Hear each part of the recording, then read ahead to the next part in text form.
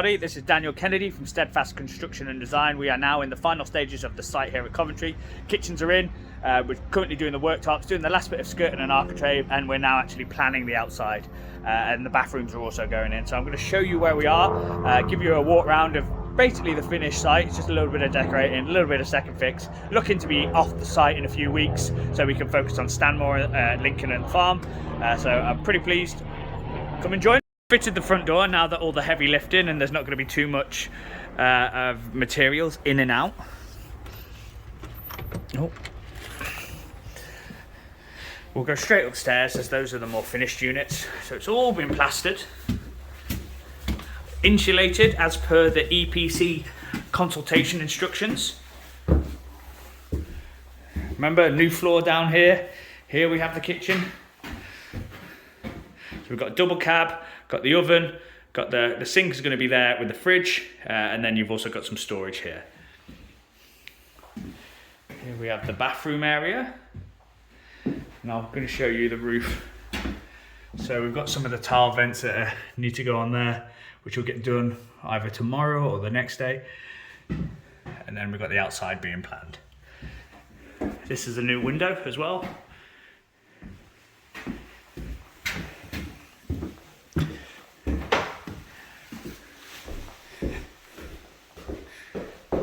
Here we have the kitchen, so we're going to have two double doors there, double cab, oven, which this needs to be brought across, and then we've got the sink, so plenty of space.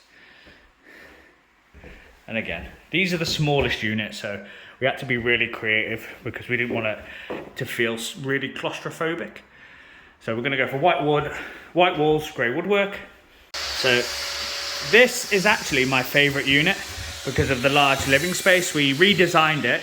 We took out the arch, we put the bathroom in there, and then we've got the kitchen in here. So it has the feel of a flat versus just a studio. So it breaks up the living space, and it will mean more rent for the client. And we've got fuse boards for each flat as well, because they're individual units. This actually isn't a HMO, it's all C-free properties. Which, for those of you who don't know, basically it has planning for its individual unit, so it's an undersized individual unit. So here we have the service room. We're not planning on doing too much here, we're leaving it as is. We plastered one of the walls, didn't really want to mess around too much because it's a nice design system, and so we are going to leave that as it is. Here we have the washer and dryer for the houses that are the units inside the house. And then this is probably the second largest unit, after the one at the rear. So here we have the team hard at work.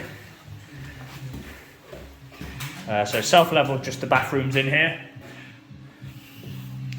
And then we have this kitchen. So this is the unique part of the property because we have its own entrance, but it also has a small garden, and that's who the capable Omar here is just organising the material order. So just here, from left to right, so you see the fence post. They're going to have a low featherboard fence. We're going to raise the level of the ground, and then they're going to have this little outside space for them, and same again for this unit. So let's go in here. This is one of the new build units. So we had to demolish the whole extension because it was built on contaminated land and it was built on really soft land, so it was subsiding. The only way to prevent the subsidence was the piling. So I got my first time doing a job where I needed to pile. So now I'm a professional piler. So got shower trays in, toilet, sink's going to be there. We've got obviously the ventilation. So these units are going to feel a bit more bungalow-esque. We're going to be raising the floor, little garden here, slabbed.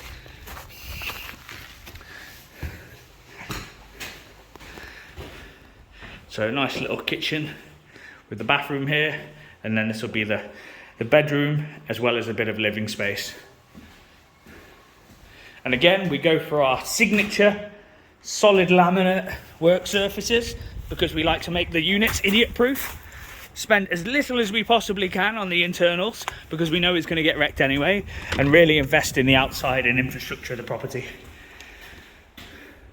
So as you can imagine, there was a corridor going down there which split the room off in two. So the units are a lot bigger now because of how we've redesigned it. The actual architect that got involved did a real sterling job.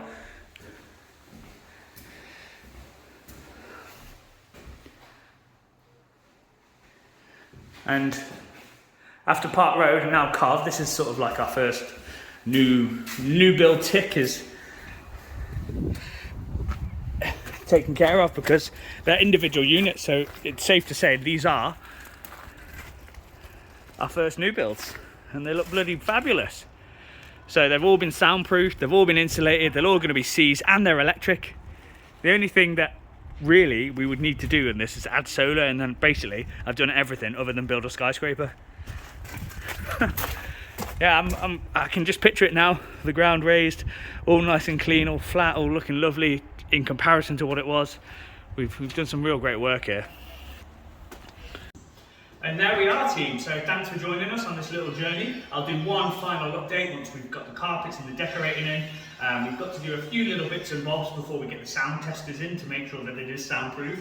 So fingers crossed we've done that, because we've used the system isn't as complicated as Park Road, so we've tried to keep the cost down for the client, and then we're hoping we still pass. But we've followed the spec that they've given us on other sites, so I'm sure we will. This has been quite a arduous journey, because I initially thought it wasn't going to be too much of a big deal, and then it turned out to be quite a monster of a deal, with us knocking down these 3 rear units, battling with the building regs because they wanted us to knock down a 4th unit, but we were able to fight that back, so we didn't have to build that to modern regs, we only had to refurbish it, and now that saved tens of thousands of pounds for the client. These 3, unfortunately, it wasn't factored into the deal that they needed to rebuild it, pile it, and then soundproof it, insulate it, and make it to the modern regs, but they bought at such a good price, it hasn't turned into a complete nightmare of a deal, which is pleasing to hear. We should be finished, I'm hoping, early April, so mid-April at the latest, because basically what I've done is, now that we've purchased the farm, I haven't decided to start work on those. I'm going to focus on these sites. We had our PM who recently left for Pastures New, so I've taken over the role, and I didn't want to stretch myself too thin, so we opted to not open up new sites, lower the number of sites that we have active until we can get Peter, who's the new PM, down from Lincoln, and consolidate in Birmingham and just plod along while we just do 1 or 2 at the same time, versus trying to expand across multiple sites. Looking really forward to the finished product, looking even more to getting onto the site so we can work on Stanmore and Lincoln, get those 2 closed down, and then hit the farm with everyone running, so everyone's going to be on it, and hopefully we'll smash it out. And there'll be plenty of updates on that one, because obviously I have a vested interest. This has been quite a difficult build in terms of the initial expectation of what we needed to do and the scope of works that obviously got expanded. And this is part of building, really. You never really know what's underneath until you actually dig underneath. So you can make all these allowances, have all these contingencies, but there's no real kind of fixed level of works or schedule of works when you're doing a conversion. The only really way you can get a fixed price is when you're out of the ground on a new build. Everything else, you're just sort of playing guesswork, but you know vaguely what you can purchase certain materials for, what square metre of build vaguely you could build a new build. And the interesting factor that really probably took a lot of meat out of this deal is that it's a VAT registered build, so because we're replacing the existing, we're not adding anything, it's not 5% rated, it's 20%. So with a build cost of say 300k, that's an extra 60 grand that's just going straight to the taxman, so that needed to get factored into the deal as well. And I think that's where we'll be round there and thereabouts when we're finished, just shy of, just over or just under 300k, but we'll see. We've got to get the sparks back for the second fix, which won't be too long because everything's laid out neatly. It's quite a nice site to work on in terms of logistics of work, because the units are separate, so we're not stepping over each other. I suspect the outside works will take like 2-3 weeks, and then that'll be done. And then it's just decorating, and then we'll get a sound test. So looking forward to it a lot. Cheers, thanks for joining me.